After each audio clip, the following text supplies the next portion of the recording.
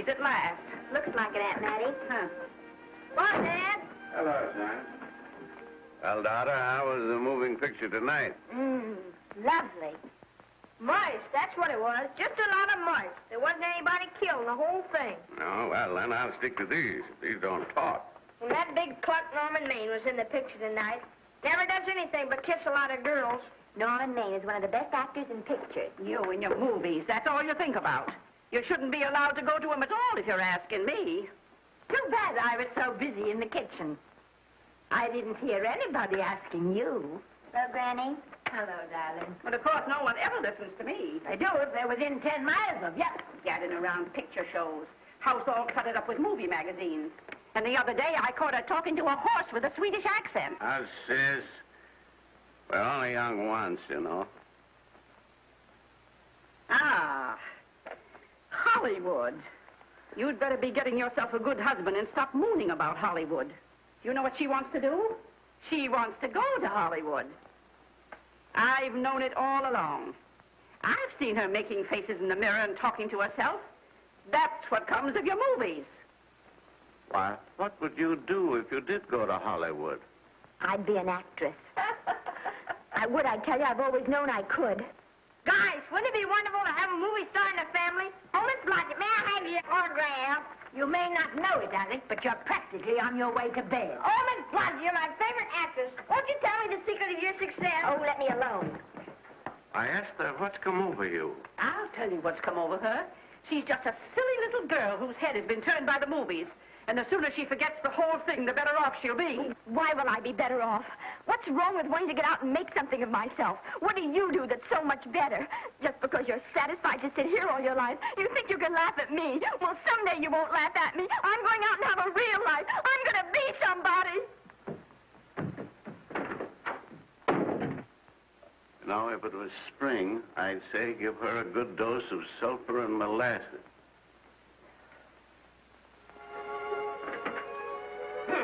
I thought I'd find you. Oh, stop that. Now, stop crying. That isn't going to do you a bit of good. Oh, I'm crying because Aunt Mattie and Alec make me so mad. Oh, Alec and Aunt Mattie. Fiddlesticks. They're not important. You're the only one that counts. Esther, everyone in this world who has ever dreamed about better things has been laughed at. Don't you know that? Oh, I suppose I do, but there's a difference between dreaming and doing.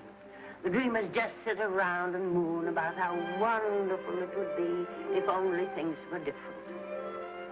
And the years roll on and they grow old. And by they forget everything, even about their dreams. Oh, I don't want to be like that. I want to be somebody. Oh, yes. You want to be somebody. But you want it to be easy. Oh, you modern girls give me a pain. When I wanted something better, I came across those plains in a prairie schooner with your grandfather. Oh, everyone laughed at us. They did at all the other pioneers. They said this country would never be anything but a wilderness. We didn't believe that. We were going to make a new country. Besides, we wanted to see our dreams come true. Oh, Granny, it must have been wonderful. It was wonderful.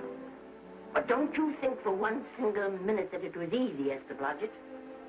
We burned in summer and we froze in winter. But we kept right on going and we didn't complain because we were doing what we wanted to do. Can you understand that? Yes, I can. Could you do it? Could you do it even if it broke your heart?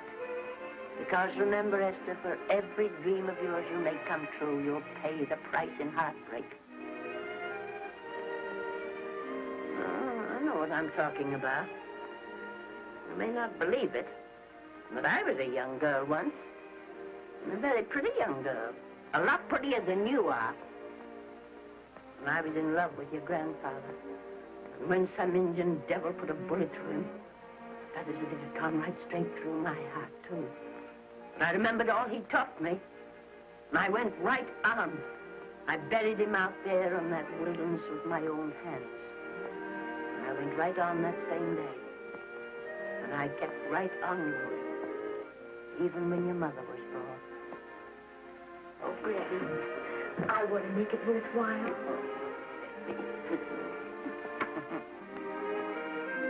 You know, Esther, there'll always be a wilderness to conquer.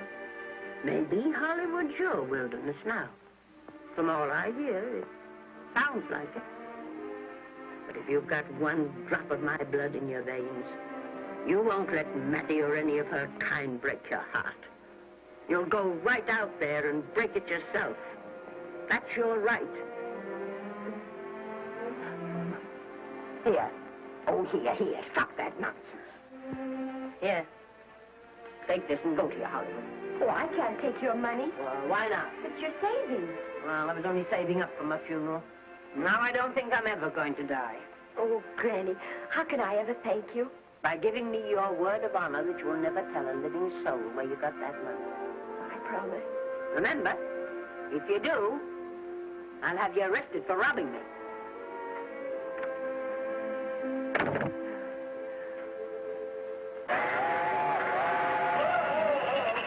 Here we are. What's up, Miss Granny? Oh, I can make it, dear. Oh, thanks. Oh, I kissed Dad goodbye. Just a little kiss. He didn't even wake up. I bet you didn't try that on your Aunt Mattie. Oh, Aunt Mattie. Think of her face when you tell her. I am thinking about it. I've waited for that chance for 30 years. There she is, girl. Oh, thank you, cousin.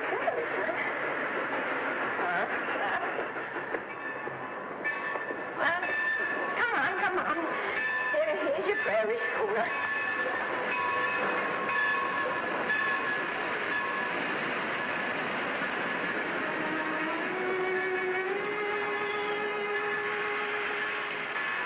All aboard.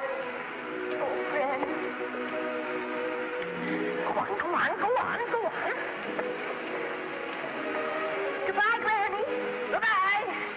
I'll be waiting for you in those movie pictures. Don't tell Mattie. You know, my eyes are not as good as they used to be, but my ears are all right. So you remember, talk up good and loud. All aboard. Bye. Bye. Bye, Granny. Bye.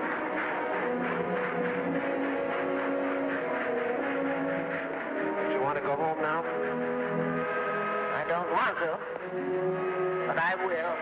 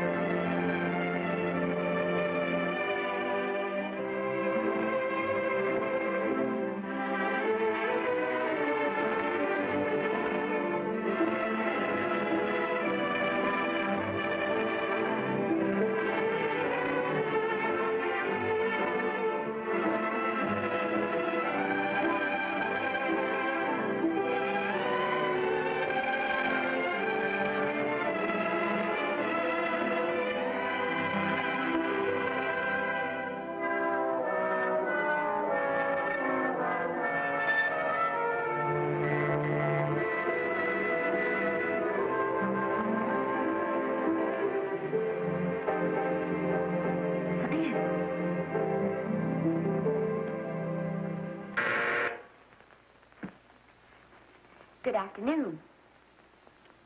Day, week, or month? Well, it's a little hard to say. You see, I'm going into the movies. Well, you better take it for a week. It'll break your jump to Beverly Hills. Are all the studios really near here? All except Gaumont British. I suppose the best way to get a job is to go straight to the studios, isn't it? Mm-hmm. I haven't any illusions, you know. I'm perfectly willing to begin with a little bit of a part, or even as an extra. $6, please, in advance. Oh.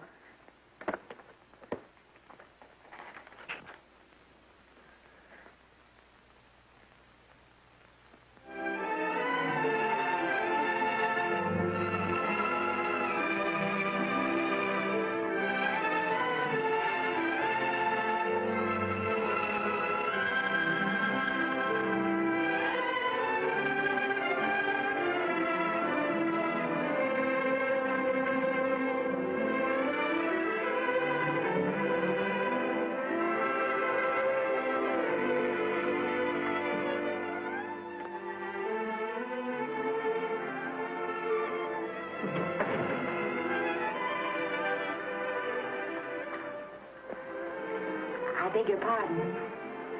I'd like to register for extra work. How long have you been in Hollywood? Well, it's about a month now. We haven't put anyone on our books for over 2 years. Come here. I'd like to show you something.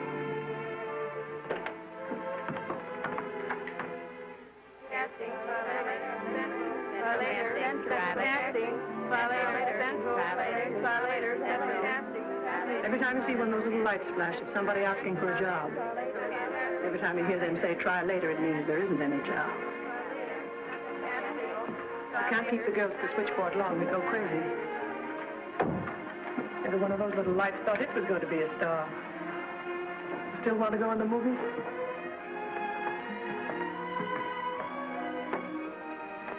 You know what your chances are? 1 in 100,000.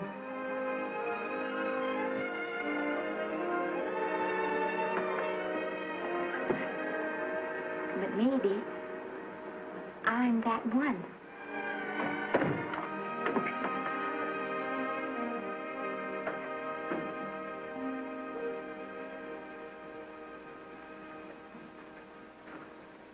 Any phone calls for me, Mr. Randall? Oh, no. Jesse Lasky and Sammy Goldwyn must be writing letters instead.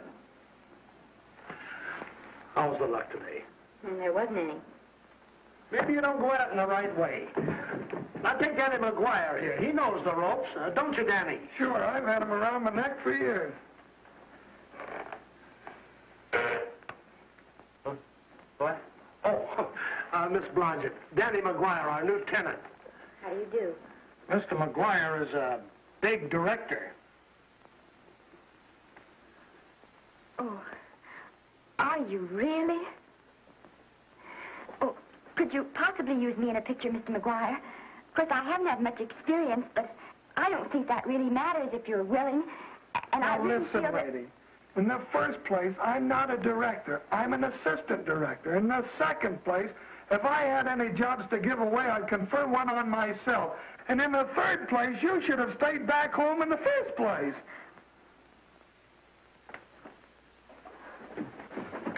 Oh, no, look what you've done.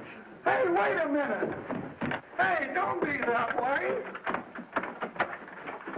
Don't do that. Gosh, I didn't mean to get tough, but a guy thinks he's being kidded when somebody asks him for a job and he hasn't got one for himself. After all, I'm not a big enough shot to hurt your feelings. I'm sorry. It wasn't just that. It was a lot of things. Looking for a job every day and never getting any nearer to it. I guess I was beginning to get a little scared. I know. Lady, do I know. Well, there's only one thing to do for that feeling when you're tired and sunk and down to your last nickel. Come on and I'll buy you a drink. Well, it's not as bad as down to the last nickel. I've still got $11 left. $11? You're going to buy me a drink. Come on.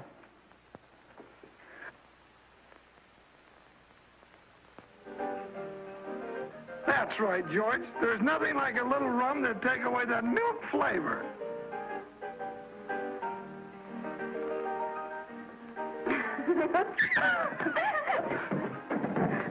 I beg your pardon.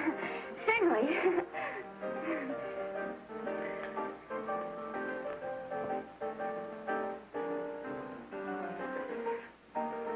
sign my contract, the first thing I'm going to do is see that you direct every picture I'm in. That's my pal. Of course, I'm going to be perfectly nice about it, but I'll just insist.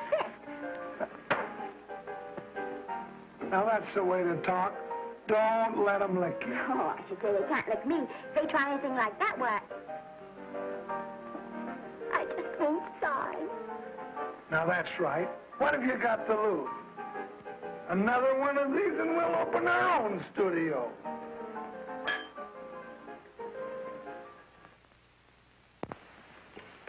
Bill rendered $24. Past due.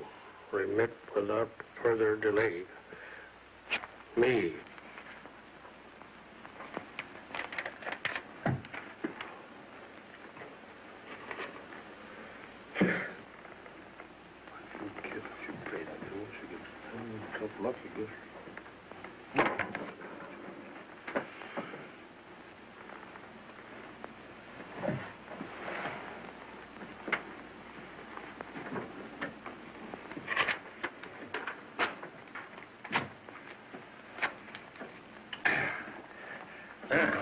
Fifth race.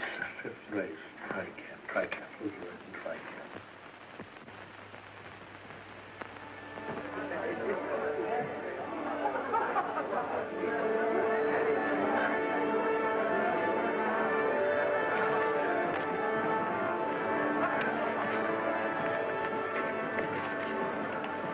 Hey, the program's going to be swell tonight.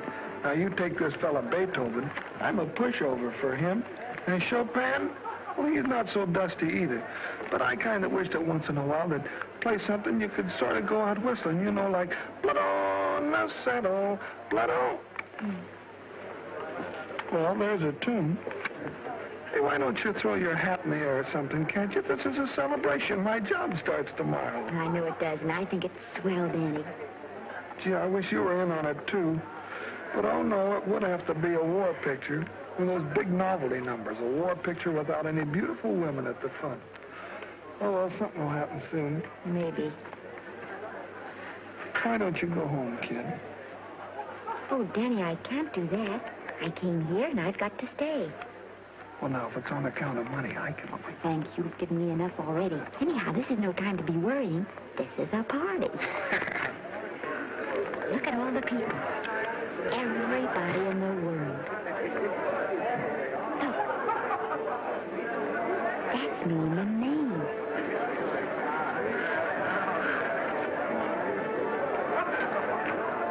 And he seems to have had that one extra cocktail.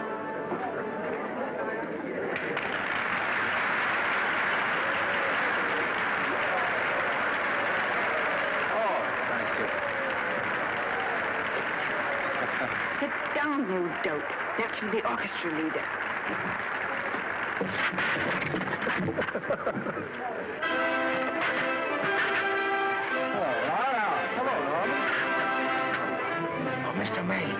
Mr. Maine, put your arm around Miss Regis. Arnold, this is a Hollywood ball. Oh, afraid of crowds. Go on, get out of here. What's the matter? You getting too big to bother with photographers? Don't want any pictures taken now. Oh, is that so? Well, supposing I take it anyway. Well, shove that Brownie number 2 of yours down your throat. Thank you, Mr. Maine.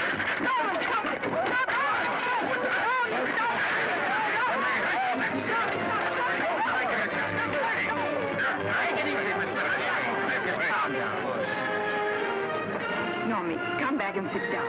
Everybody's laughing at you.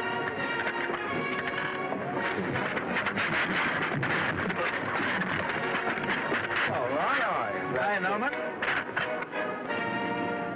Is he always like that? Well, I suppose he has to sleep sometime. Oh, and he's so wonderful on the screen.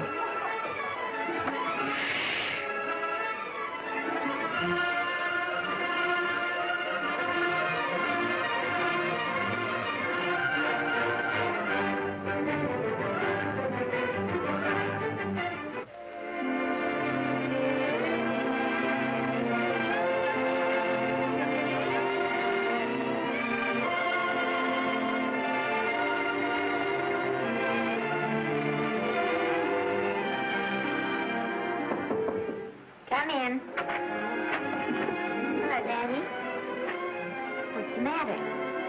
believe it or not, I got a job for you. Daddy, that's wonderful. When do I go to the studio? Well, you don't exactly go to the studio. Oh, it's on location. Well, it's not exactly on location. But of course, I haven't any makeup. Will you tell me what to get and sort of help me put it on? Well, you don't exactly need any makeup. You see, it's not really a picture job. It's being a waitress. Oh.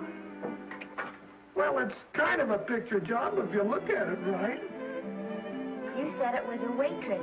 Well, it's waitressing for Casey Burke, the big director over at our studio. He's giving a party tonight to kind of celebrate on account of finishing the picture, and he wanted me to get him an extra waitress, and it's $5. And I thought of you right away, Esther. That was awfully sweet of you, Daddy. Well, there's going to be a lot of big people at Burke's house tonight, and I'll bet you there's any number of big directors, and if you're there, maybe they'll notice you. I could make them notice me. Sure you could, Esther. It's your chance. My chance. All right, Daddy, I'll do it. Oh, but I can't. I haven't got the right things to wear. To wear? Oh, yeah. Now, you don't think the wardrobe department's right next to my office for nothing, do you? A perfect fit.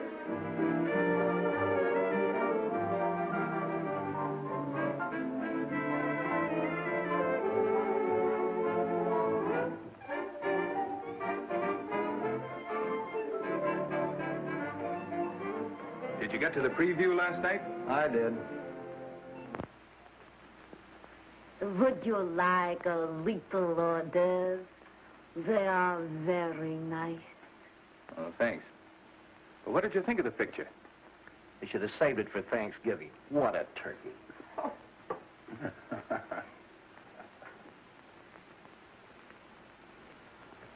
Will you have some hors d'oeuvre? You do like hors d'oeuvre, don't you? I don't think there's anything so enjoyable as hors d'oeuvre before supper, and these are rarely delightful.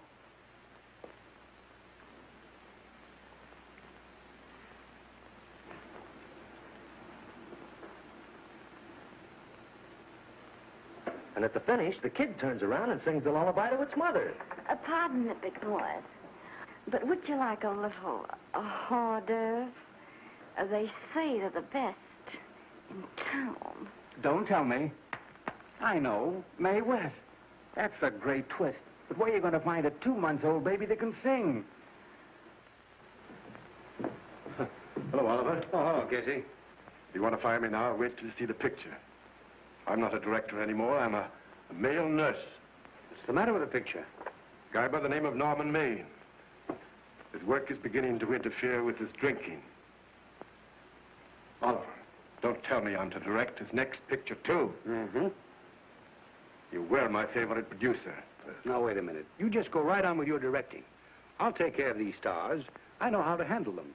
I had a serious talk with Norman after that Hollywood Bowl occurrence, and you don't have to worry any more about his behavior. Excuse me, Mr. Niles. Mr. Libby of your publicity department is on the telephone. He says it's most important, sir. It's about Mr. Maine. Thank you. Oh, it's probably just some little thing. Of course, Oliver.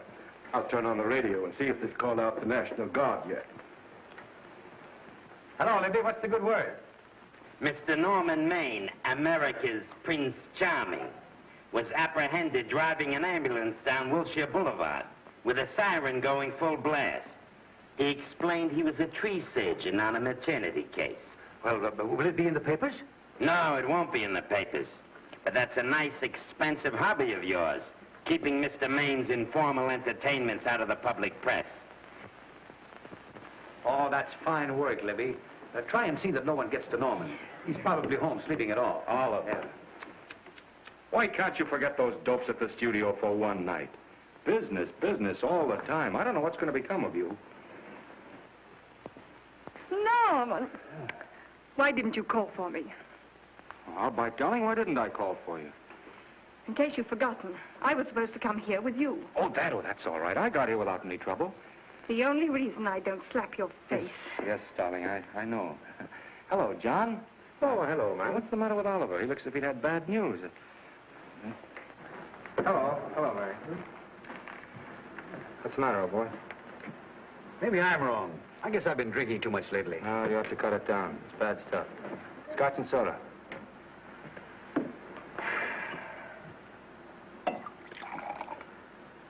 Come on. The word, you know, is pronounced Quinn. Bad dialogue, Oliver. I'd rather not watch this. You know best. Soda. Thank you.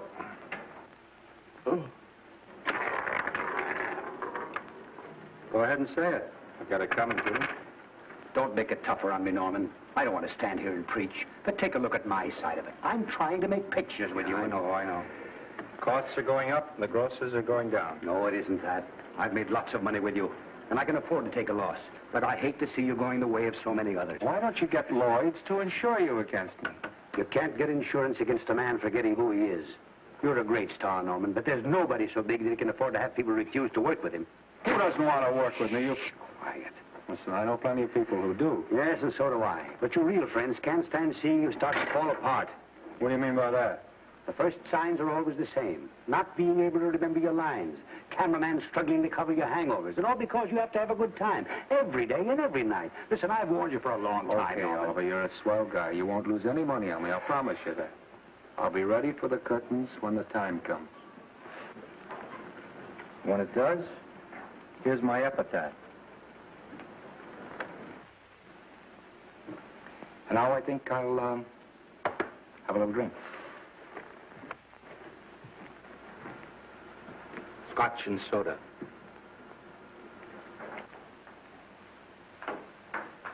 Scotch and soda. Ooh.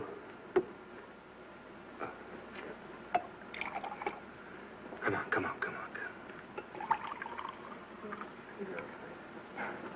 A little soda? Caviar? No, thanks. Yes, pardon me. Ah, lovely. No, I mean the caviar. Mm-hmm. No, don't go away. I'm starving. Really. Which would you take? Well, I don't know. You know? I don't know either. It's hard to choose. I think I'll take caviar. Mr. Maine doesn't care for any more. Do you know me? No. Well, Normie doesn't care for any more. I think I shall get very drunk indeed.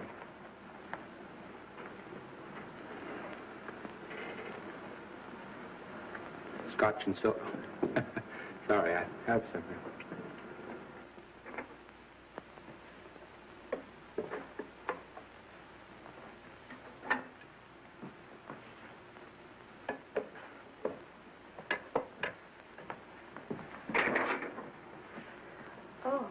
Mind if I help?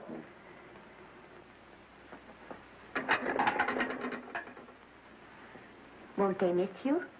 Oh, no. They'll just look under the table, and when they see I'm not there, they'll forget the whole matter. Hey, what's your name? Esther Blodgett. My name's Maine. I know. You do? Ah. What's so funny? I was just thinking about all your fans and how surprised they'd be to see you here helping me put plates away. Oh, they don't know my finer side. They'd be pretty envious of me, meeting you this way in person. Oh, you do? Well, tell me, are you disappointed? Yes. Oh, now you've done it. Oh, never mind that. That makes the room look lived in. Tell me, why are you disappointed? I was sitting behind you at the Hollywood Bowl the night you didn't want to be photographed. Yeah. I'm told I crept into many a heart that night. Oh, I can never explain this. You know, you have very pretty hair. You'd better get out of here. And a sensitive mouth. And a charming little Precisely why are you here instead of with the rest of the guests? I'm just trying to be helpful. I see. Are you sure there's no other attraction? Well, it might be that my old mania for putting plates away is coming back on me. It's rather odd. I always know where I can find you if there's a pretty girl around. It's not only odd, it's embarrassing. You're being deliberately insulting, Norman. I put up with this long enough. Dear, don't lose your temper. Remember, we must try to keep the voice low. I know you'll excuse us if we go on with our work.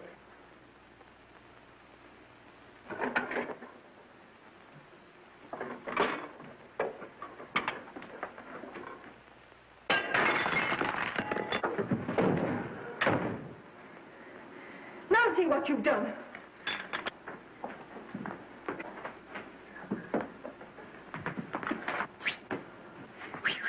Come here.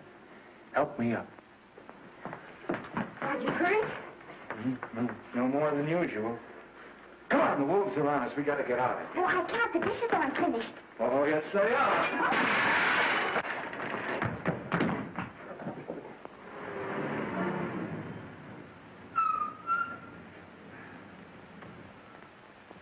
Well, I bet I know what you're going to say now. What? Good night. Good night, and thanks. Hey, wait a minute. Hey, you realize that all I found out about you is that you're foolish enough to want to go into pictures? But why is it foolish? Look at you. Yeah, that's what I mean. No, I'd rather like to go into this matter a little more thoroughly. Oh, that's awfully nice of you. Why don't we go on up to my place and talk it over? Oh, no, thank you very much, but I really must say good night.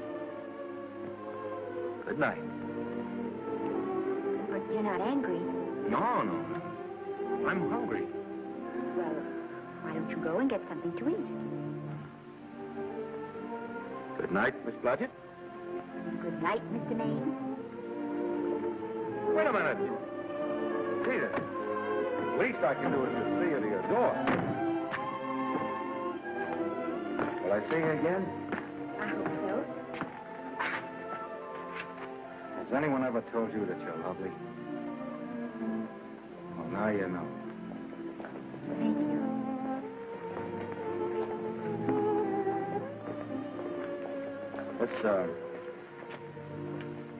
It's hard to say, but I want to say it anyway. You know, I'm a screen. In private life, you know.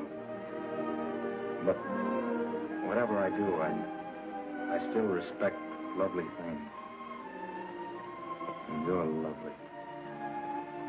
You understand? Yes, I think I do. And it isn't that bump on the head that's doing this. Well, I'm glad.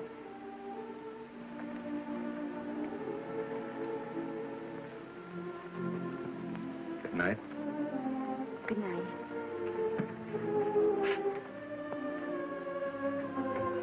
Hey!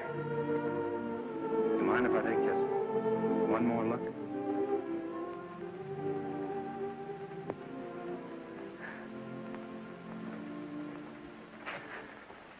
Go away.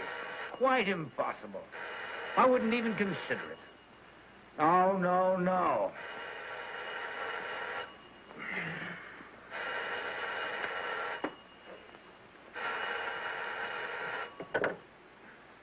Hello? Who is it? Who? Norman? What have you done now? You're not in jail, are you? Oh. Yes, I see. Oh, it's that again. I see. She's beautiful.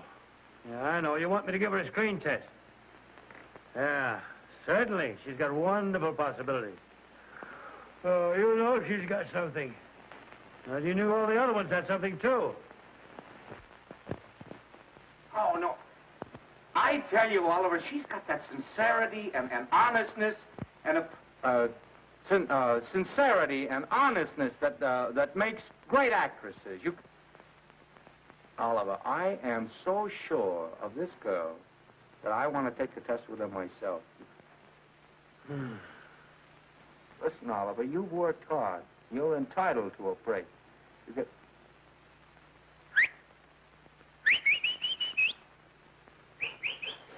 Yes, I heard you. Anything. Yes. Yes. Yeah. Oliver, look. You try to get a little sleep now, old man. Right. All right, boy. Good night. Now, tell us.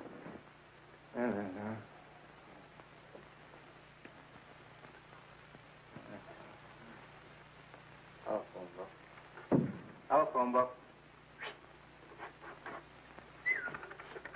What is it? Telephone. Hey, Olive, telephone book.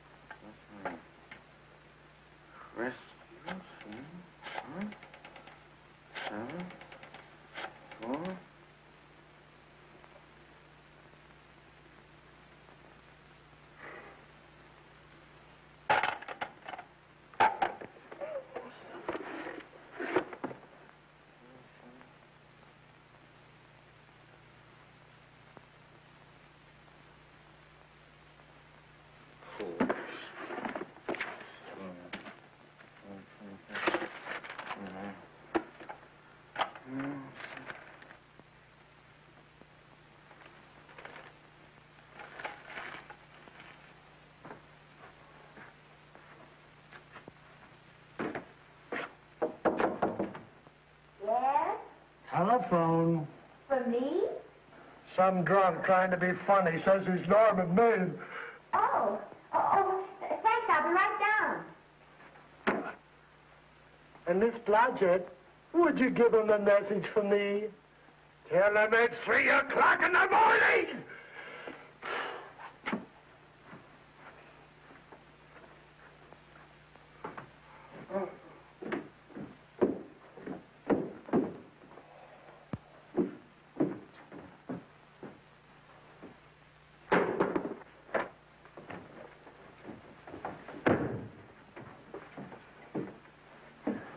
Hello?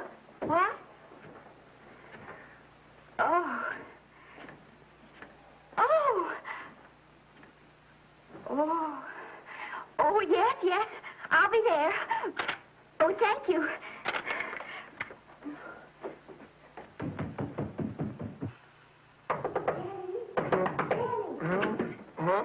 Daddy, what do you think? I'm going to take a test tomorrow, and Norman Main's helping me do it. I'm taking one, too. Garble's assisting me. Oh.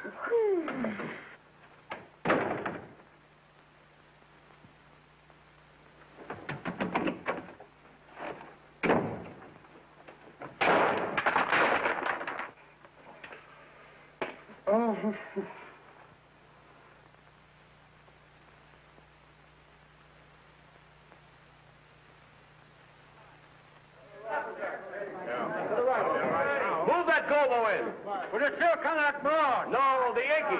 Is this light too hot for you, Hanley? Okay, but cut down on the back way. Put a double on that 90. Bring it down a little. That's it. That's it. Now pull it. Pull down on that 150. Ready to take it. Get pulled down on that 150. Okay.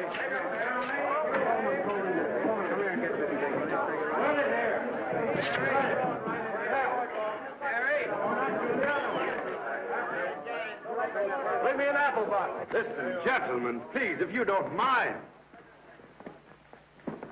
This is just a test. Ready, Mr. Burke? All ready, Mr. Burke. Ready, Mr. Burke. Ready now, Mr. Burke. All ready, Mr. Burke.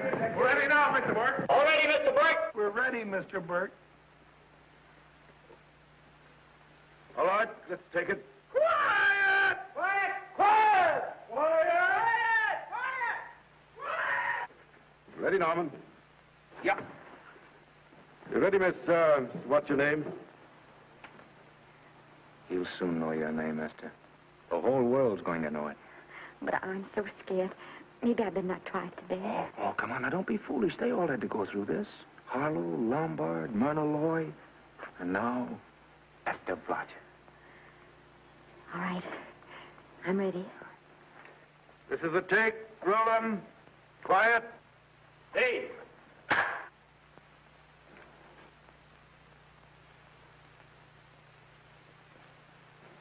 I may as well tell you that my whole organization thinks I've gone a little nuts to sign you. Well, maybe they're right. I've been nuts before. You see, all the experts seem to think that your type is a little mild for present-day taste. But I rather believe that tastes change, like eyebrows. And I think that also, like eyebrows, tastes are going back to the natural. You look like a nice girl. I think I'm going to like you. That's not important. I think the public will like you. That is important. Oh, yes. I see what you mean. I mean, I know it is. Only don't think it's going to be easy. Nothing you really want is ever given away free. You have to pay for it. And usually with your heart. Someone else told me that once. But you still have to work it out for yourself. Oh, well, all this is just a long way of saying, I'm glad you're with us and good luck to you. And now I'm going to turn you over to our demon press agent, Libby. Don't let him frighten you. He has a heart of gold, only harder. And for the love of Pete, learn to close your mouth and keep it closed, even in your love scenes.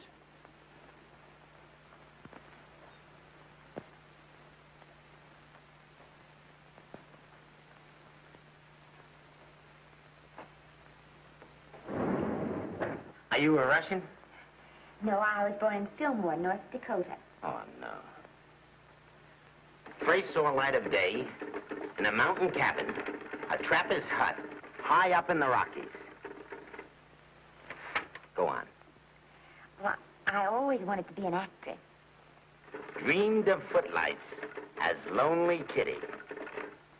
Are you sure there's no Russian in your family? Positive. That's a shame. Well, what does your father do? He's a farmer. Social register-eyed father. Fed up with hypocrisies of 400, sought wilderness for consolation. There, amidst the mountain flowers, he raised another blossom. His lovely little daughter. What's your name? Esther Victoria Blodgett.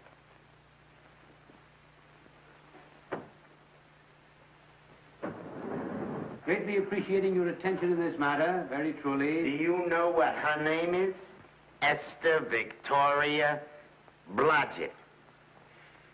Hey, we'll have to do something about that right away. Esther Victoria Blodgett.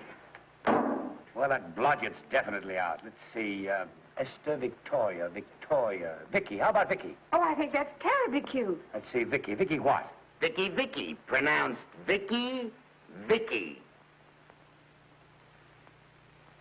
See, Esther, Bestus, Esther, Desta, Festa. Oh, that's very pretty.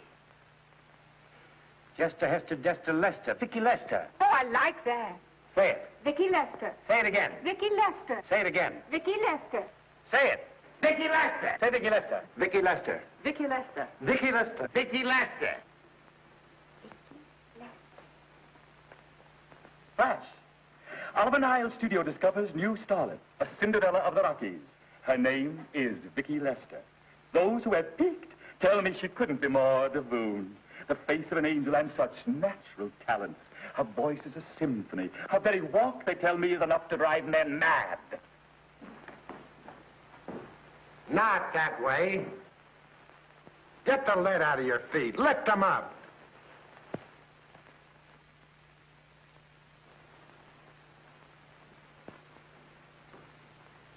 That's better. It's terrible, but it's better. The quality of mercy is not strained. It droppeth as the gentle rain from heaven. Cease. Through the mouth, my child, through the mouth. The nose is for smelling roses. Proceed. Does she have to look surprised all the time?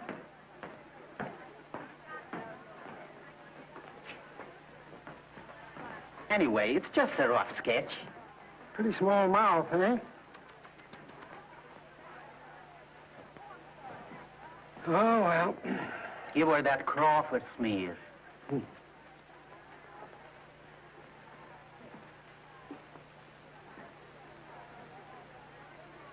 This'll give her that Dietrich. Yeah.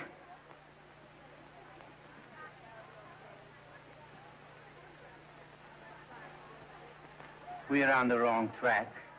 She still looks surprised.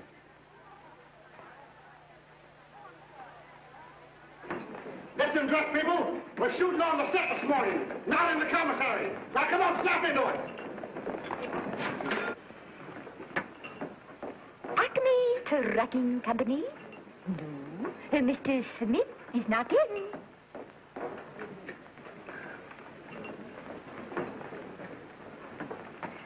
Acme Trucking Company. No. Mr. Smith is not in.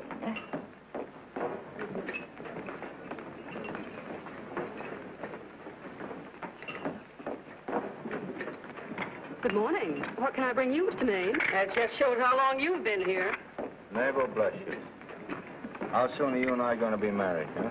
I don't know. You'll have to ask my mother.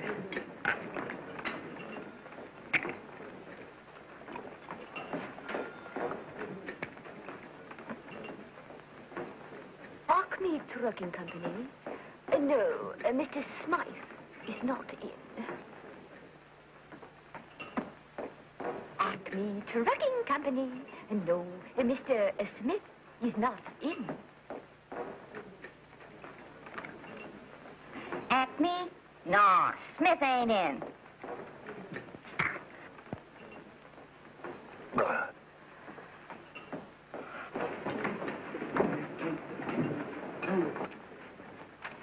Acme Trucking Company? I'd like to speak to Mr. Smith, please. Mr. Smith is not...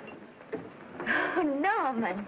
What's all this between you and Smith? I've got a part. It's only one line, but it's in the picture. Well, it's ambition that made you break that date with me last night. Well, I had to be here so early this morning, and So did I. I had to stay up all night to make it. you've started your picture, haven't you? No, we're still in the testing stage. You can't seem to get the right girl for the lead. Gee, you'd think with all the girls there are that... Yeah, no, but this one's got to be different. She's got to be little and cute and sweet, intelligent. It'll blow me down. What? Or close my tired old eyes. Well, what is it? Hold everything. Come on. Come on.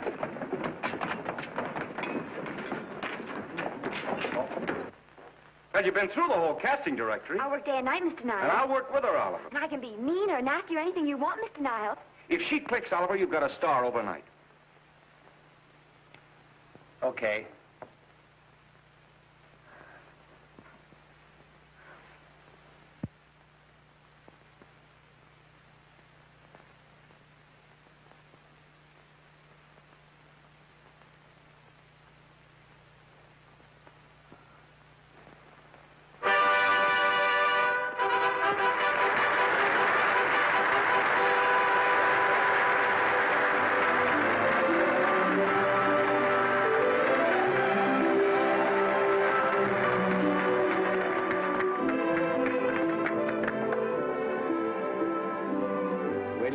The end of the picture.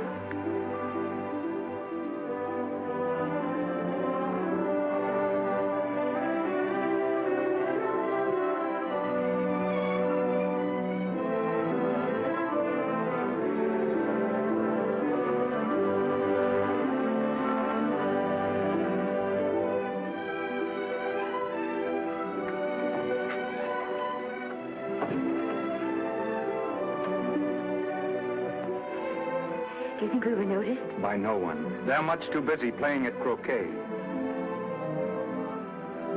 I've loved you all my life. But we only met 2 days ago. That's when my life began.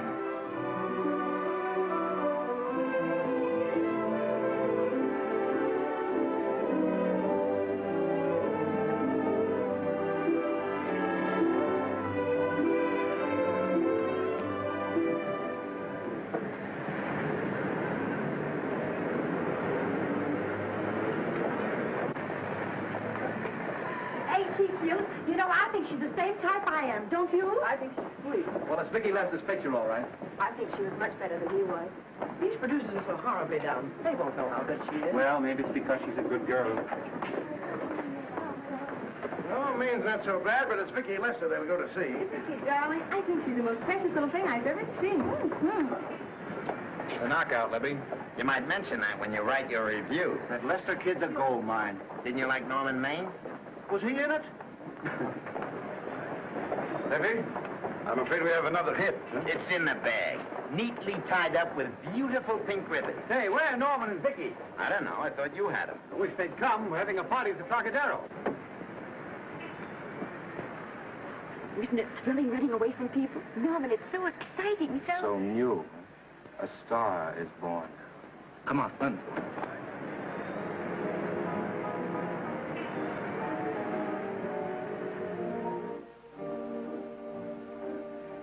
It's wonderful, isn't it? Crazy quilt. Oh. It's a carpet spread for you. It's all yours from now on, you know? Come, Esther. You're a success. You'll have everything in the world you want. I hope it'll make you happy. Hasn't it you? Then there was one thing I never had. Lots of times I told myself I'd found it, but I always knew I was lying. Still, I never stopped looking for it. Maybe it'll come. Well, I think it has come, Esther. I only wish it weren't too late. Oh, but it's not too late.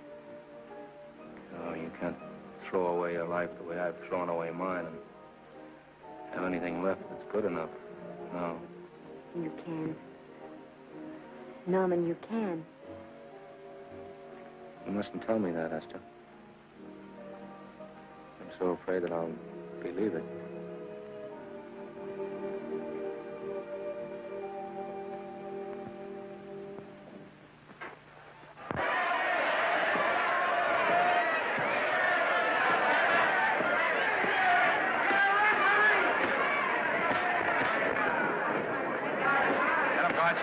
Shoot your right. Swell, isn't it? Lovely. What's got you again? Can't you hear me, Gotcha? Shoot your right!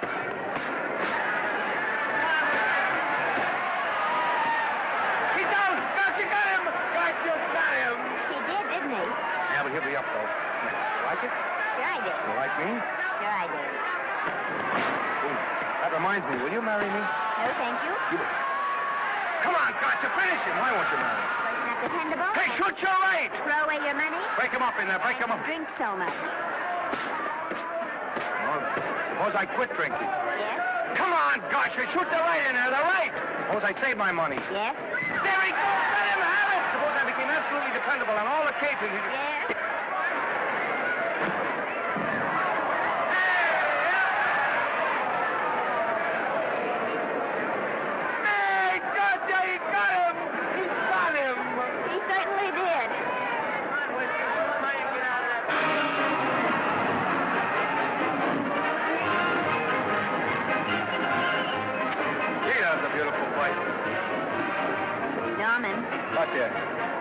Would you do all that for me if I said I'd marry you? No, certainly not. I was just supposing. We're going to be married. Guess I didn't read that line right. I'll try it again. We are going to be married. Both of us. Yeah, to each other. What do you think of that? Well, when? Where? Well, we thought we'd elope in the conventional manner. What's the matter? It's trying to decide whether it's good for the studio. Is it? It is. And bless you, my children. When's it going to happen? Oh, we thought we'd just sneak out sometime. We're not telling anyone but you. Listen to this. The screen's ideal romance blossomed into breathtaking reality today when Vicki Lester and Norman Maine, America's dream lovers, slipped quietly through the portals of holy matrimony. How does it sound? Horrible. But you see, we're going to elope. Sure you are. It'll be the biggest elopement this town ever saw. We'll get a tie-up with the Army. Have you escorted all the way down to Yuma by 20 of their new bombing planes. Is he going with us? Don't you think we can work this thing out better alone? No sense in bothering the happy couple with all the details. I'll see to it that you get a carbon copy of the whole layout. I can hardly wait. I'm sorry. We didn't realize that we were in the way. While you're settling the details, you don't mind if I take this woman out and buy her a ring, do you? Sure, go ahead. We want everything legal. That's a charming match. A nice girl like Vicki. And public nuisance #1. Now, wait a minute, Libby. Norman's all right. And if you'll pardon my pointing, Vicki's business is her own. It doesn't require any comments. I wasn't making any comments. I just said it was a rotten shame. So go ahead and plan the elopement. Oh, that elopement stuff is out. You can't get any scope in that. We're going to have a wedding. Where'll we have it? Customary place, I believe, is a church. Nah, it's been done. This has got to be something big. The beach. I can visualize it. The bridesmaids in bathing suits. 20,000 Santa Monica school children spelling out the word love. It's a novelty, but is it big enough? Why not the city hall? A police escort of every motorcycle cop in town. Sirens screaming, confetti pouring out of buildings like the Lindbergh reception in New York, only on a big scale. What's the matter? Isn't it big enough? And now, if any man can show just cause why these two may not be lawfully joined together, let him now speak, or else hereafter forever hold his peace. Do you, Alfred Henkel, take this woman as your lawful wedded wife? Will you love, comfort, honor, and keep her in sickness and health as long as you both shall live? I will. Do you, I beg your pardon. Do you, Esther Blodgett, take this man as your lawful wedded husband? Will you obey, serve, love, honor, and keep him in sickness and health as long as you both shall live? I will. Place the ring on her finger. Hurry, please. Now, by virtues of the power invested in me as Justice of the Peace of San Bardo Township, County of Los Angeles, I pronounce you man and wife.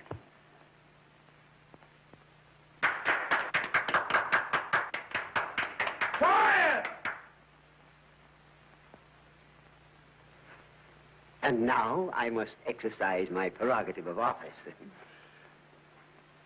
I hope you will be very happy, Mrs. Henkel. Thank you. Thank you, sir. Oh, Thank you Danny. very much. Now, if you'll please sign the license. Oh, yeah. You know, Mrs. Henkel, I can't help but believe I've seen you somewhere before. Oh, really? Well, I believe this is the first time I've ever been in San Bardo. You know, your face is familiar, too, Really? Mr. Henkel. There you are, sir. Thank you very much. Oh, Here's your thank you, receipt. sir. Thank you. Goodbye. Goodbye. See you again. Yes, goodbye. No, I don't. Let me know, see.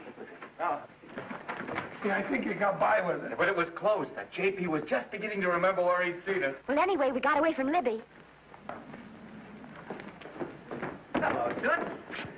If you will be kind enough to glance between my shoulder blades, Mr. and Mrs. Henkel, you will find there a knife buried to the hilt. On the handle are your initials. Lovely to have seen you, Libby. Hold it, wait. hold it, Danny.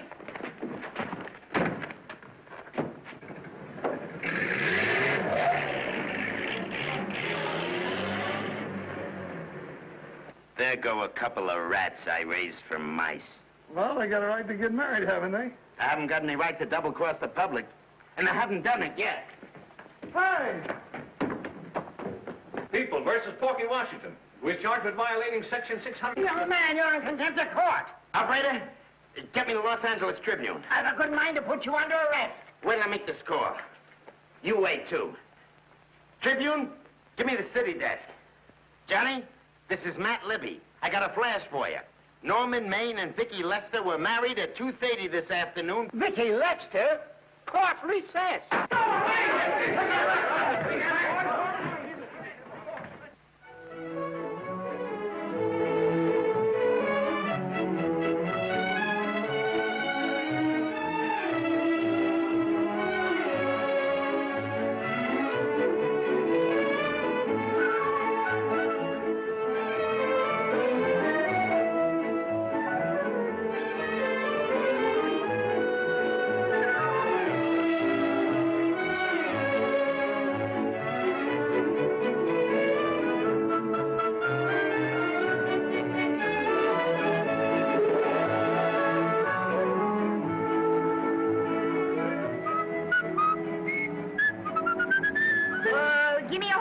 great big horse, a great big buckaroo, and let me wahoo, wahoo, wahoo!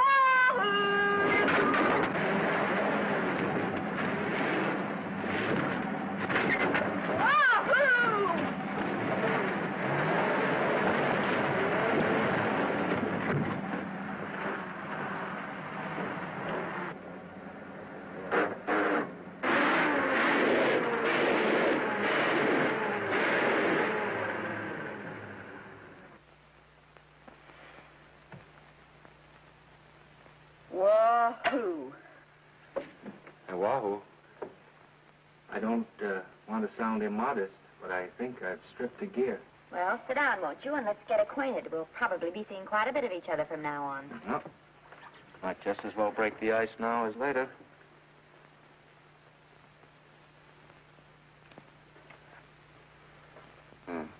Now we're old friends. Hey, have I got time for a shower before dinner? Plenty, if you can find the shower. I never can remember where that thing is. Does it pull out or slide under? Here, I think I can find it. Nope, it's the linen closet. Here it is. Nice work. Oh, half the time those things are just luck. I'll see if I can disinfect this steak.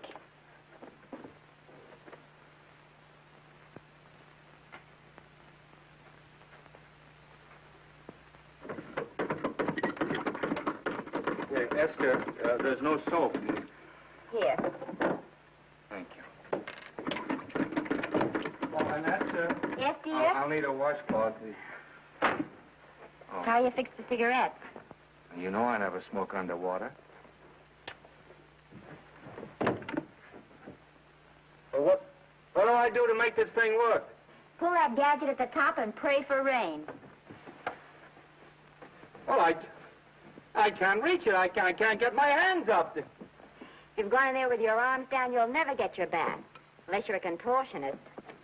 Yeah, well, I'm not a contortionist, and don't throw that up to me now. You knew it when you married me. Will you close this door, please?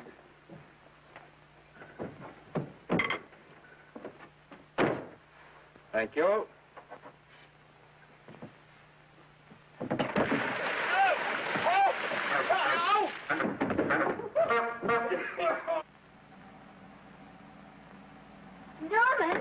Norman, here comes the car. You got it? Huh? Here, quick. Quick what? Quick, go out and stop them and ask for help. Oh, I'll catch cold. Oh, you'll get warm again. Yeah, don't you? They'll recognize me. Now, if you keep your face down, go on. There may not be another car for a week. What? Howdy, partner. Howdy. Stuck? Yeah, how'd you guess it? Can you get us some help? Well, I reckon not. You know, it's a long way to town. We're pretty busy down at the place. Well, I got to get out of here. I've got my wife with me. Don't she like the country? No, and then we're short of food. There's a lot of game in them woods. You know, well, my wife can't shoot. Well, you're sure up against it. Sorry I can't do anything for you. Well, wait, listen, I'll be frank with you. I'm Norman Maine. Who? Norman Maine. Well, my name's Judd Baker. Glad to have met you. Well, so long. Hey, wait a minute. Listen, you don't... So you're Norman Maine.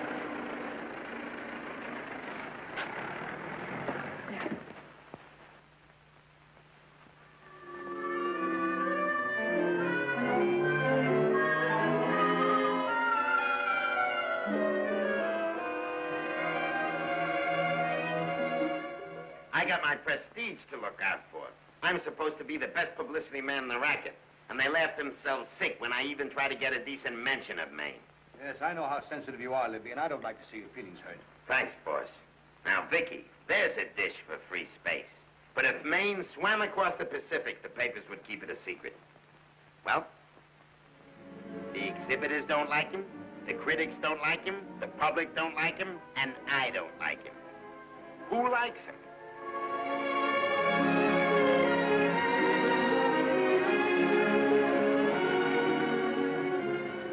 Oh, but, darling, this is almost too much of a surprise.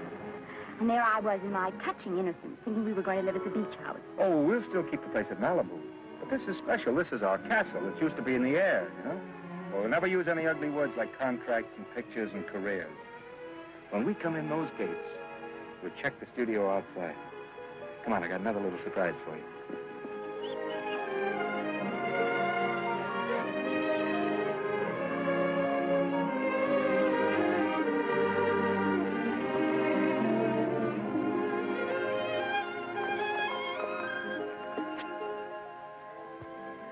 Oh, Norman, it's lovely. So are you lovely. The whole world's lovely. Hey, hold it!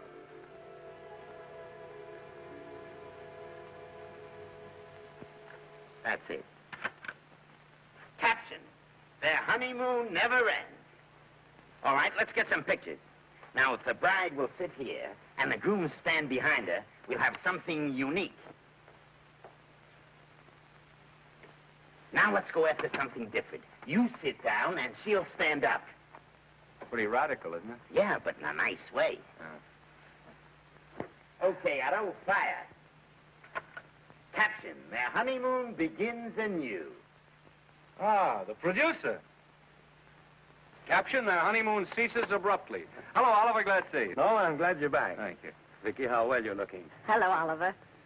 Am I interrupting? Yes, thank you. Just want a couple more pictures. That's enough of both of them. What they're asking for is exclusives of Miss Lester. Alone. Oh, I see. Well, come on, Oliver, let you and me get exclusive. See you later, Vicki. Well, don't worry, Otto. My camera smashing days are over. They ain't your only days that are over. Oh, hold that, Miss Lester. Gorgeous. Well, Oliver, how's the dividend situation? Very pleasant. I think we'll show $2 million on the next quarter. Oh, smart move of mine to sell my stock, eh? Oh, well, when you need money, you need it. Well, some people save up for just such an event. You know, there's bound to be a rainy day occasionally. Yeah, but as a citizen of California, I've always refused to admit that. Yes, I know, but still it does rain. Well, anyway, you can thank me for some of those dividends of yours. Mm-hmm. Oh, can't you? Oh, sure, sure. That was a little too quick, Oliver. What's the matter? The Enchanted Hour was a smash hit, wasn't it? Well, it made Vicki a star overnight. Yes, it should have. What about me? Oh, let's talk about business at the office, Norman. Beautiful pool you have here. Beautiful. Oh, now let's talk about it here. Didn't they like me? Well, maybe the pot wasn't just right. That was the best part of the year. Look, Oliver, you think I'm slipping? Can you take it? Yeah, go ahead. The tense is wrong. You're not slipping. You've slipped. Oh, my fan mail's still big. Norman. Fans will write to anybody for a photograph. It only costs 3 cents for a stamp, and that makes photographs cheaper than wallpaper. But every 25 cents they pay for a theater ticket buys them the right to be a critic. And your last few performances, Norman, have not pleased your critics.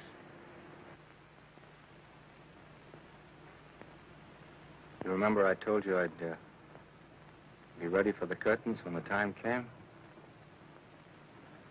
Here it is. Let's call off the contract, no hard feelings. We're not quitting, either of us. There's no explaining these things. We've all seen how the public turns. Maybe we can turn them back. I've got a swell script lined up for you. About Esther. If you think that I'm going to get in her way... Well, as a matter of fact, as it happens, there's no part in this story for her. I'd more or less planned to star her in a picture of her own. With that young Pemberton opposite her. He's coming along nicely. Good for young Pemberton. All right, Oliver. We'll make a try at it. Let's hope it's not too late.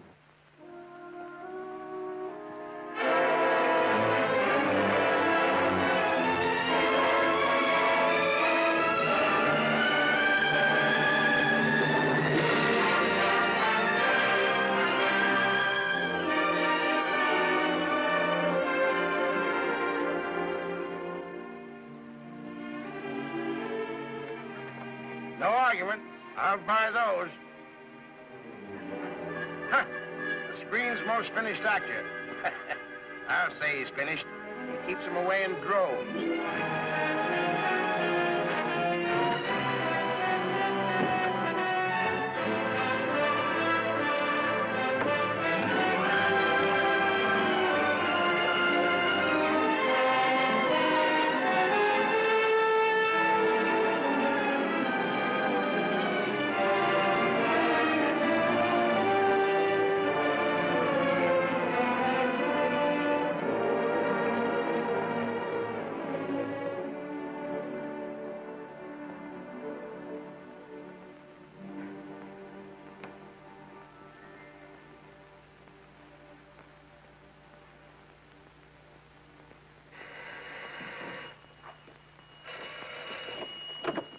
Hello?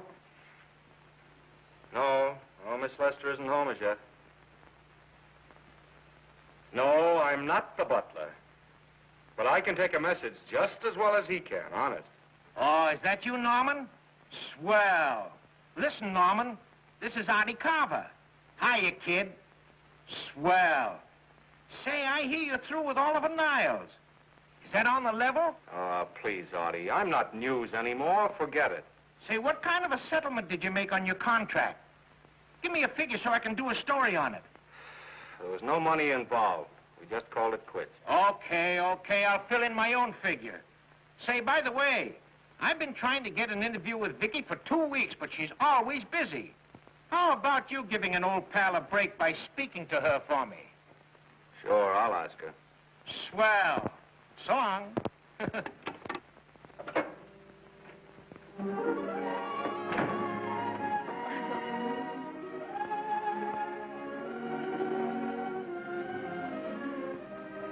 I didn't mean to be late, darling, but Casey wanted... All right. You're here now. What's new today? Nothing. Haven't been out of the house. Let's go somewhere tonight. No. You're tired. We'll stay in. I'm not tired, really. Oh, yes, you are. You've got a hard day ahead of you. Anyway, I see so little of you, I'd like to have you to myself. Oh, but it's the servants' night out. We haven't any... Yes, we have. I fixed a little snack with my own lily white hands. I'm learning to cook in my spare time. Then I think I'll marry you. I get it. You want to make an honest cook of me, huh? Comes in on wheels in this joint.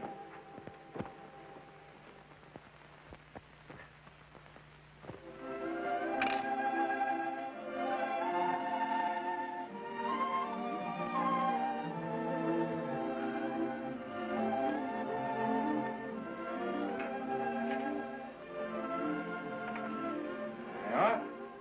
How's it look? Wonderful. Huh? That's what I thought.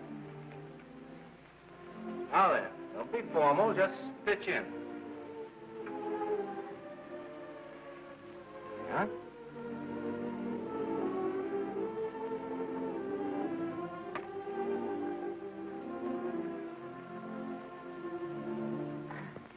I'm afraid my mouth's not quite big enough. I'll measure it next time and make them to size. A little hard to lift, too. In fact, I think I'll take those measurements right now.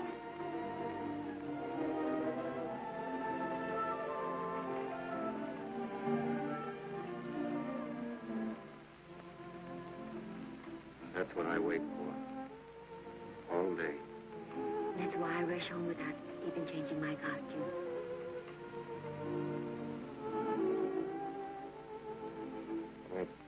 We're forgetting that we're hungry. Would you like a sandwich?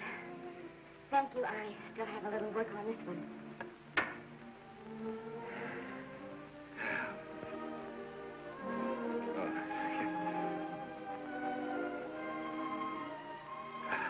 Norman, will you unhook my dress? I can't breathe. Mm-hmm. You know, all the time I thought it was the kiss that made you breathless. A lot of hooks. Huh? Why don't you have a zipper? That's a good idea. You better? Yes.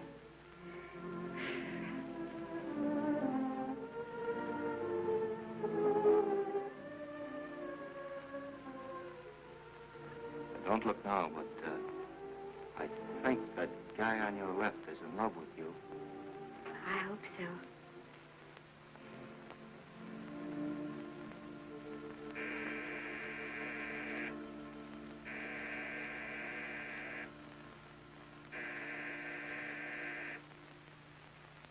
It's the doorbell. Is it? Maybe they'll go away. Oh, I never do at a time like this. Come here. Just a minute, dear. I'll be right back.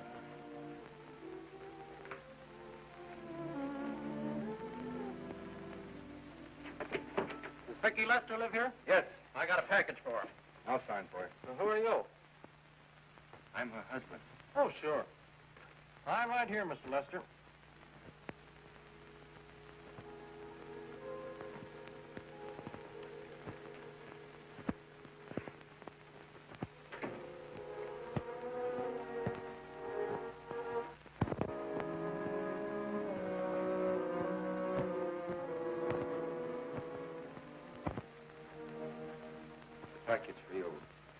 by the way, I forgot to tell you, they want you for a benefit Shrine Auditorium next Wednesday night. I told them I'd ask you. And, Oh, darling, I don't want to hear about that now. Well, you better wait till I finish before I forget them all. The Academy dinner secretary phoned. She wants to know if you want a table reserved for you. Oh, yes, Artie Carver called and asked if I'd use my influence with you to get him an interview. I told him I'd try. That was all, I think.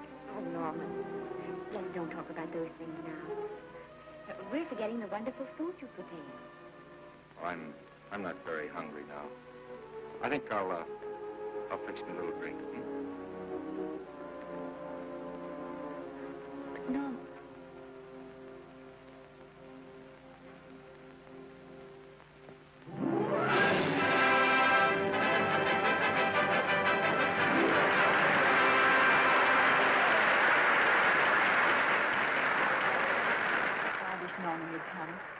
Stop worrying. And think how nice that statuette's going to look on your mantelpiece. Do you suppose anything's happened to him? But of course not. He's just been held up in traffic. You think about that statuette. And now we arrive at the climax of the annual dinner of the Academy of Motion Picture Arts and Sciences, the highest award within our power to bestow. We have already applauded with our hearts as well as our hands, while awards are being given those gentlemen who during the past year have rendered distinguished service to the motion picture industry. We now pay honor to the ladies, or rather to one lady. We offer to her the Academy Award for the finest performance of the past year. She has already had the world's acclaim, but this is the tribute of her fellow workers, the men and women of this industry. It is not only my pleasure, but my privilege to present this award to the actress who created the unforgettable Anna in Dream Without End, Miss Vicki Lester.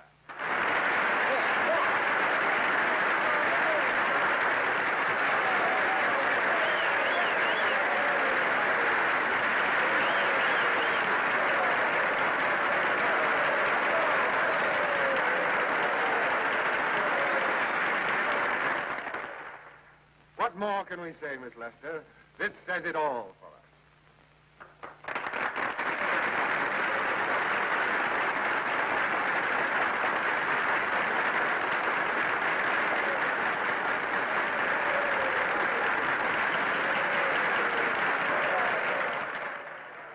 Ladies and gentlemen, when something like this happens to you, and you try to tell how you feel about it, you find that out of all the words in the world, there are only two that really mean anything.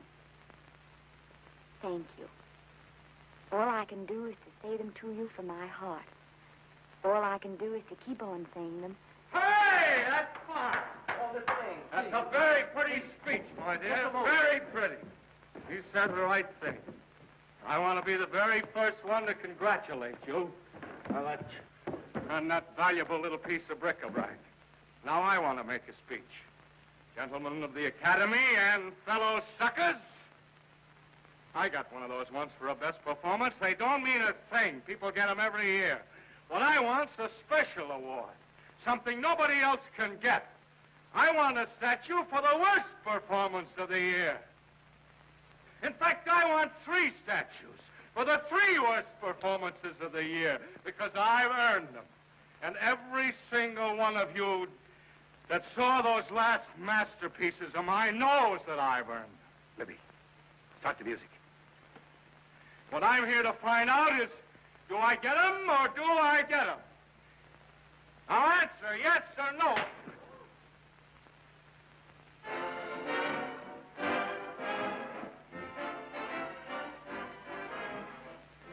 Norman, darling, let's go and sit down.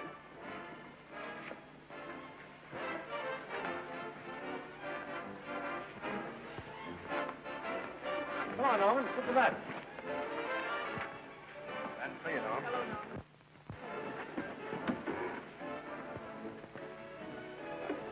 Hello, how are you? Hi, Oliver. My dear, do let me congratulate you. You must be terribly proud and happy tonight. Thank you.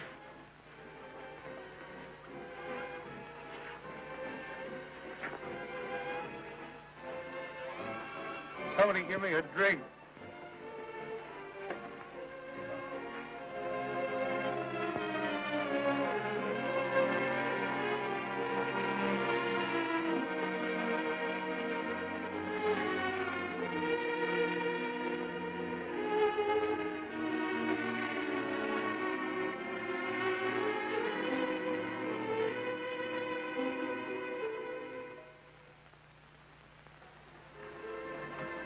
Oliver, nice of you to come to my dressing room. Vicki, how are you? I've missed you. Everyone's missed you. Have a nice trip. Well, a 3-month tour of the theater circuit scarcely comes under the head of pleasure. But the way they're screaming for your pictures all over the country. Miss Lester, if I may talk shop, you are a knocker. Thank you. It's good to hear that. You've been crying. A little. How's Norman?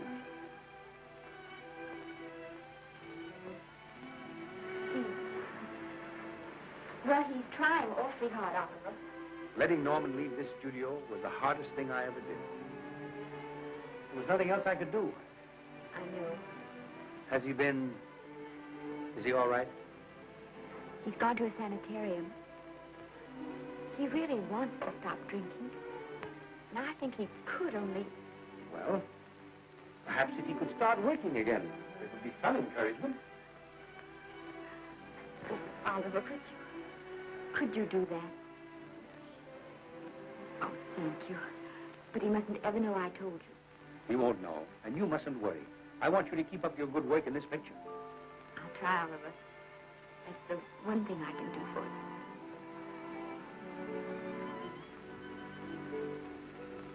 you. If you'll just sit here, Mr. Niles, I'll have Mr. Maine brought down. Thank you.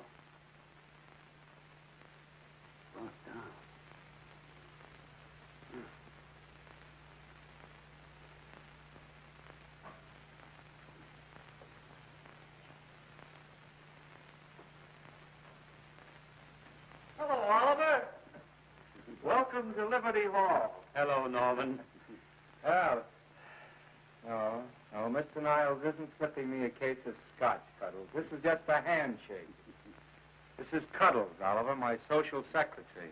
We go everywhere together. How are you feeling, Norman? Fine. Getting along remarkably well, Cuddles tells me. He says you ought to see some of the boys.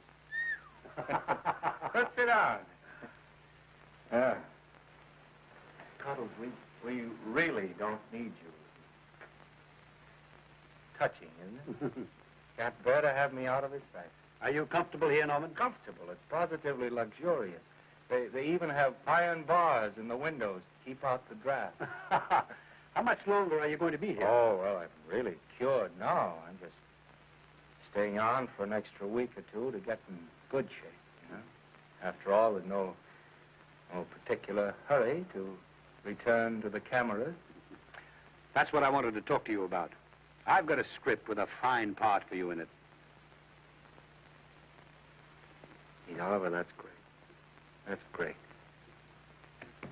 Who plays opposite me? Well, it is not exactly the lead. Young Pemberton's doing that. But I tell you frankly, I consider your part better than the lead. Oh, I see. It's better than the lead. Well, of course, it isn't terribly long. But it's one of those parts that makes an impression on you. They'll be thinking about you all through the picture. Mm-hmm.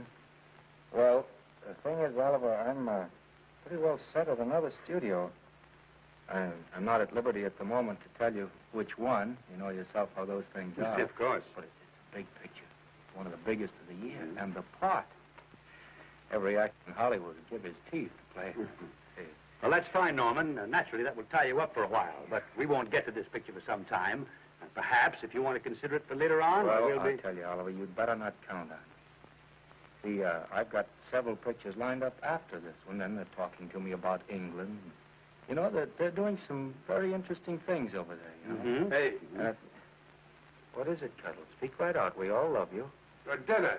Oh, here we dine at 5:30 here. It makes the nights longer. Well, goodbye, Norman. I'm glad to see you getting along so well. Be out in no time. I'll have to introduce myself all over to a lot of people. They won't know me when I'm not drinking. Goodbye. Goodbye, Norman. Thanks for dropping in. Well, Cuddles? Alone at last, eh?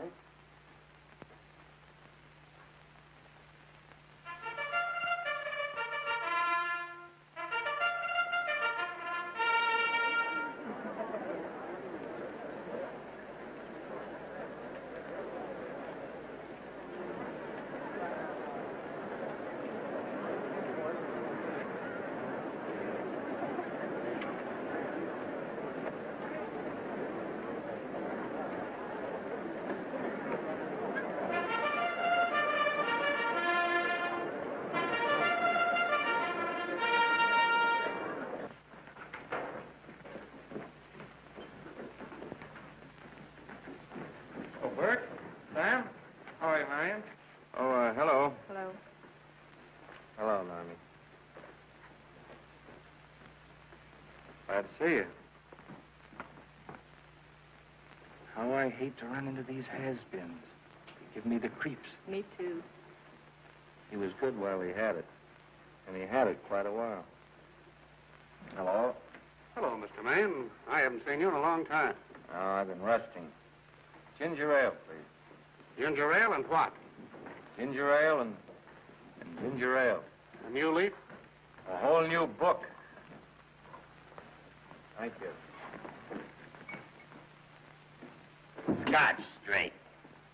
Hello, Libby. Why, it's Mr. America of yesteryear. Do they let you wander about now without a keeper? Oh, sure. I'm a trustee now. Didn't expect to find you at Santa Anita. What do they do with the actors while you're away? Oh, they cut them into slices and fry them with eggs.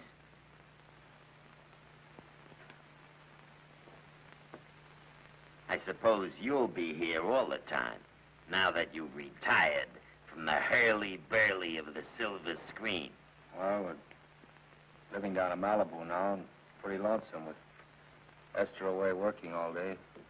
Well, I wouldn't squawk about that if I were you. It's nice to have somebody in the family making a living. Oh, wait a minute, Louis. I don't want to forget that we're friends. Friends, my eye. Say, listen, I got you out of jams because I had to. It was my job, not because I was your friend. I don't like you, and I never have liked you. Nothing made me happier than to see all those cute little pranks of yours finally catch up with you and land you on your celebrated face. Pretty work, Libby. Always wait till they're down, then kick them. I don't feel sorry for you. You fixed yourself nice and comfortable. You can live off your wife now. She'll buy you drinks and put up with you even though nobody else will. Wait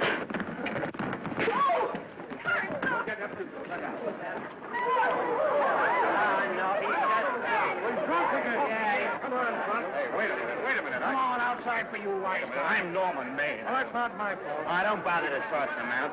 He's harmless. All right, Mr. Libby, if you say so. Sure, let him go. What can he do? He can't fight any better than he can act. Norman Maine. Oh, he's drunk again. Why, he's been drunk for years.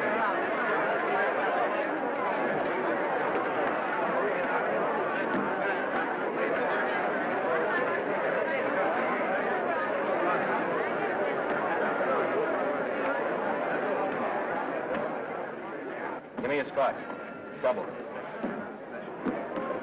Leave the bottle here.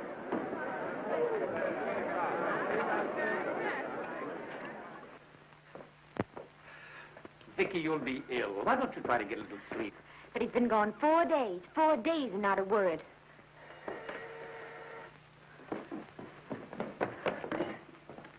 Oliver, I can't. I just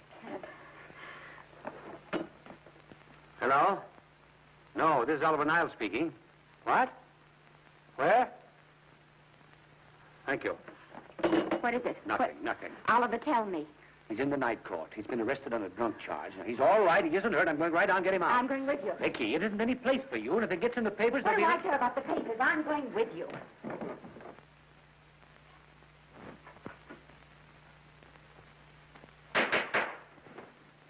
Division 30, Municipal Court, County Los Angeles, now in session. The Honorable George J. Parrish presiding. Be seated, please.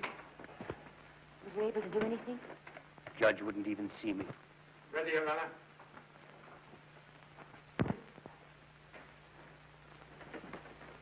I want to advise you that you're entitled to be represented by counsel, to be confronted by the witnesses that may testify against you, to compel witnesses to attend on your behalf to a public and speedy trial by the court or by a jury, and the right to be admitted to bail. Call the first five. Gregory, Hale, Haynes, Rodriguez, Johnson. Come on, boys, get over. Go ahead. Move along. William Gregory. Plain drunk, picked up at 5th in town. Asleep in the gutter. 14 similar offenses in the past 6 months. Still at it, Gregory. How do you plead? I don't feel so bad. I didn't ask you how you feel. I asked you how you plead. Guilty, I guess. When did you get out the last time? Just before Christmas. Well, I'm sorry you'll have to miss New Year's. You'll be out in time for Washington's birthday in 60 days. Milton Rails. Plain drunk, picked up on Brooklyn Avenue, given treatment at receiving hospital, then removed to jail. How old are you, Rails? 17, sir. Did you take a good look at those men in the cell with you last night? Yes, sir. And have you taken a good look at yourself this morning? No, sir. Well, I suggest that you do. $5 or 2 days. Sentence suspended. Oh, Judge. Alfred Henkel, more commonly known as Norman Maine. Drunk and disorderly. Cracked car into tree at Sunset and Coronado. Evidently been drinking for days. Resisted arrest and injured one of the arresting officers. How do you plead? Guilty. You're Norman Maine, the actor, aren't you? You've come pretty low, haven't you? There isn't a man here who's had the advantages you've had. Look what you've done with them. You're nothing but an irresponsible drunk, driving about the streets with the power to inflict death or injury on innocent people. I think we'd better deny you that power for a while. 90 days in the city jail. Please wait.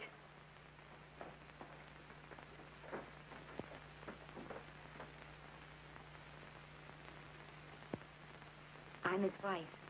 Yes, I recognize you, Miss Lester.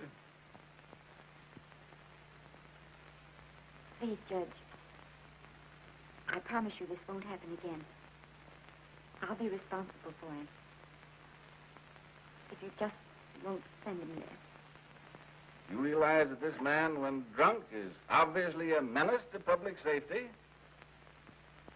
And you realize, too, Miss Lester, the responsibility you'll be assuming to this court and to the Commonwealth. I do. Sentence suspended. Prisoner remanded to custody of wife. Thank you. You can get him at the jail entrance, madam. Jose Rodriguez. Plain drunk, picked up at 1st and Main. Second offense. How do you plead? I think I'm guilty, Your Honor. 60 days.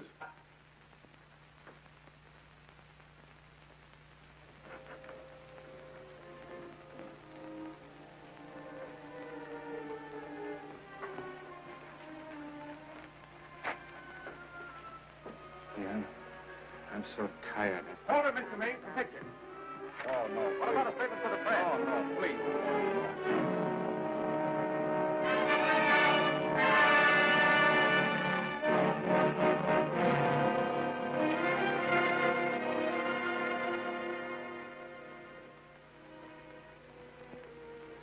He's asleep.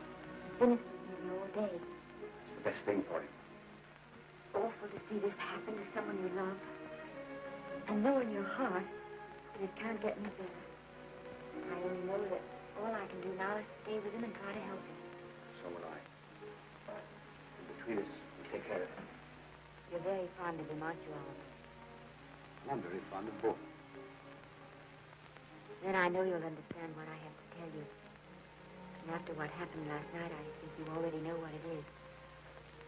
I can't do any more pictures. I'm going away for good with Norman. You can't do that, Vicki. You're at the very peak of your success. And you've worked so hard to achieve it. That's what's been wrong. And I've thought it all out. Maybe if I hadn't been away from him so much, last night and what went before, it wouldn't have happened. And I know it's too late to think about that now, but it may not be too late to go away with him and start over somewhere.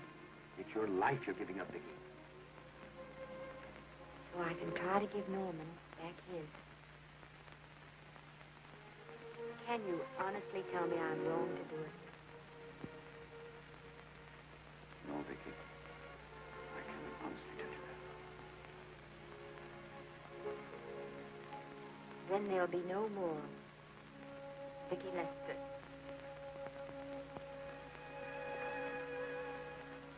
Come on, walk to the door with me.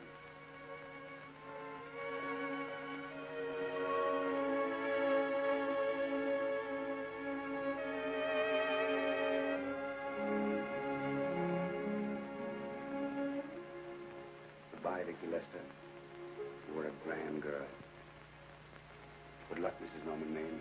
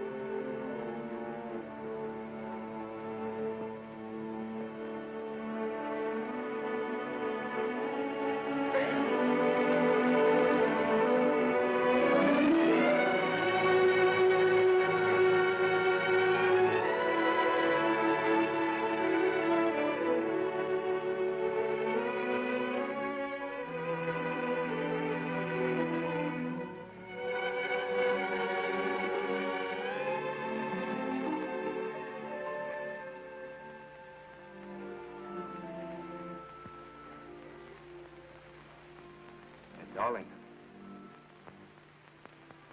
this is Maine coming in to apologize again. Oh, I'm sorry, dear, but it isn't you. What other troubles have you got? None. I was just playing a scene with myself. Now, look. I'm just coming out of the jitters, and you're just going into them. This is a swell household. Isn't it? I'll tell you what we'll do. I'll promise to brace up if you'll go on the wagon. I guess I have been drinking too much. You know what I'm going to do? I'm going to be an athlete. You mean with great big muscles and everything? Well, roughly speaking. Going to join the YMCA? It costs too much. And I'm going wading up in our front yard. No. Sure. Would you like me to go with you? Sure, if you'd like to. No, Miss, I don't think I will. It might spoil this beautiful, natural wave. Yeah, I guess that's right. But, darling, look, could you have a hot toddy, some hot soup for me when I come back? Some hot soup? And I'll make some of those nice sandwiches. No, Miss, do you have to?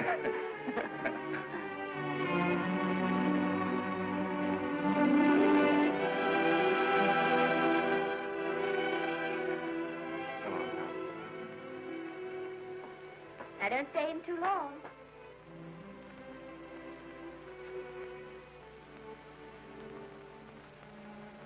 Hey! Mind if I take just one more look?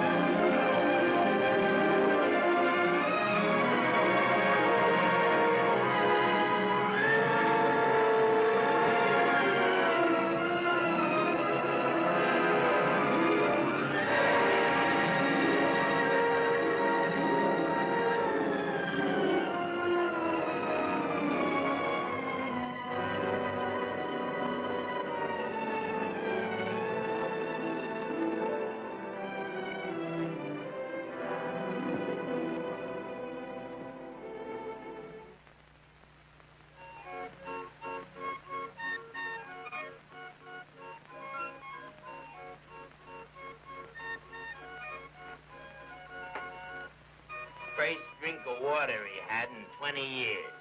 And then he had to get it by accident. Pardon.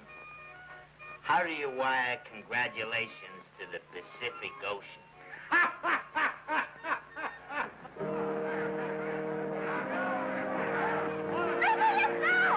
Oh, you can't see her face. Hello, Vicki.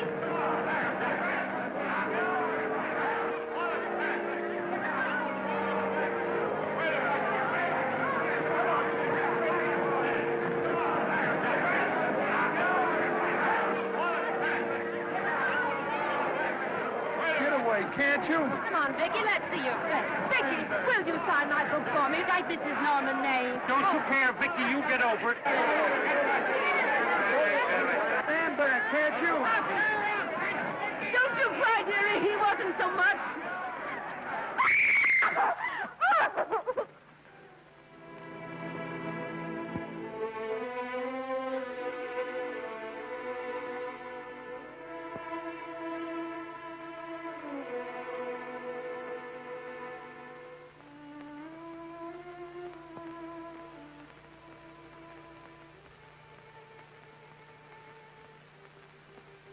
Do you mind if I take just one more look?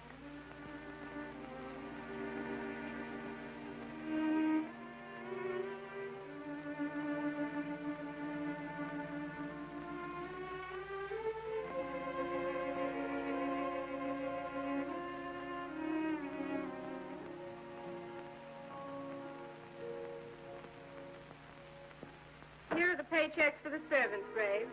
You'll find a very nice bonus in each one. Miss Lester asked me to thank you for your kindness and service. If there's anything I can do for the little lady, I should be glad to do it. She would appreciate your attending to the closing of the Beverly Hills house. Put down those trunks. Put it down, I say. Well, where is she? In the bedroom. Who are you? I'm her grandmother. Get up.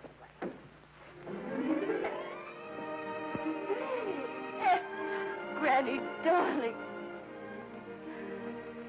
Oh, I'm so glad to see you. What made you come?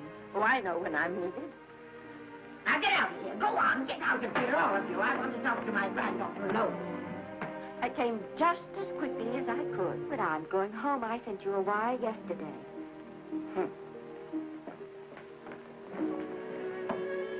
Sit down. Is it true that you're going to quit the movies? I never want to hear them again.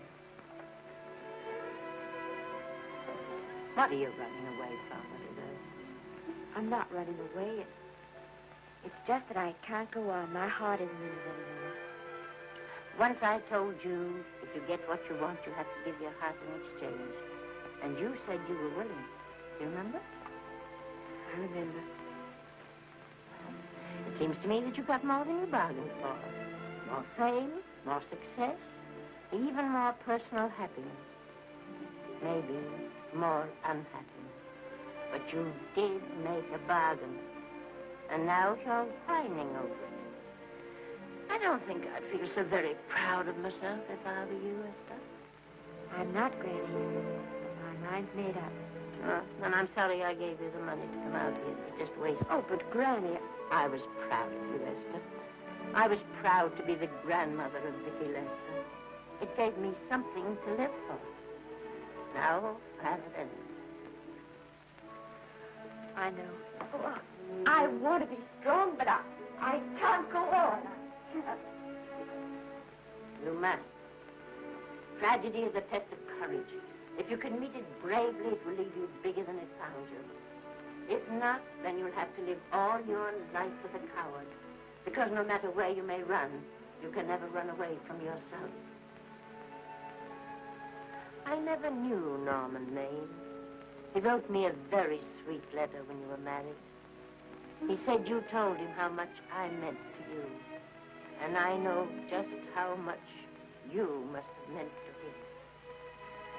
You know, Esther, I can't believe that wherever he is, he can be very happy, knowing that his death broke the spirit of the little girl he praised me so highly for raising. And I can't believe that he can be very proud, knowing that all his great love did for you was to make you a quitter. The car is ready, Miss Lester. We'll have to go now to make the train.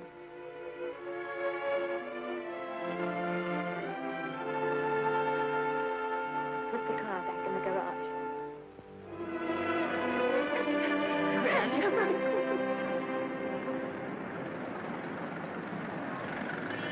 The entire picture industry has come to the Chinese Theater for this opening tonight. It has come to pay tribute to a great star on her long-awaited return to the screen in what has been called her greatest performance. It has come to pay tribute to the girl herself. The girl who has won the heart of Hollywood. The girl who has won the heart of the world. Miss Vicki Lester. And if I'm not mistaken, Miss Lester's car has just driven up. Yes, it is she.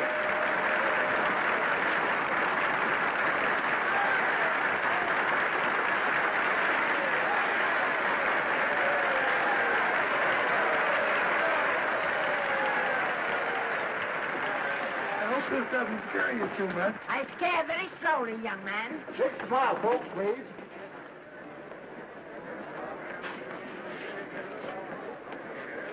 They'll have your mug, your face, plastered across half the papers in the country tomorrow. How do I look? Oh, you look swell. You're a liar, but I like you. And here's Miss Lester's grandmother. Won't you say a few words to the radio audience, please? Say something, Letty. You know, we've got a thing like that back home where they all listen in on, but we call it a party line. Won't you say something, please? They're listening. Maybe some of you people listening in dream about coming to Hollywood. And maybe some of you get pretty discouraged. Well, when you do, you just think about me. It took me over 60 years to get here, but here I am. And here I mean to stay. Thank you very much.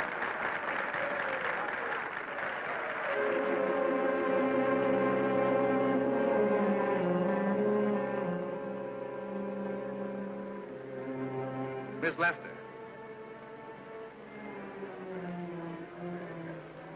This microphone is on an international hookup. Throughout the world, your fans are hoping that you'll say a few words to them.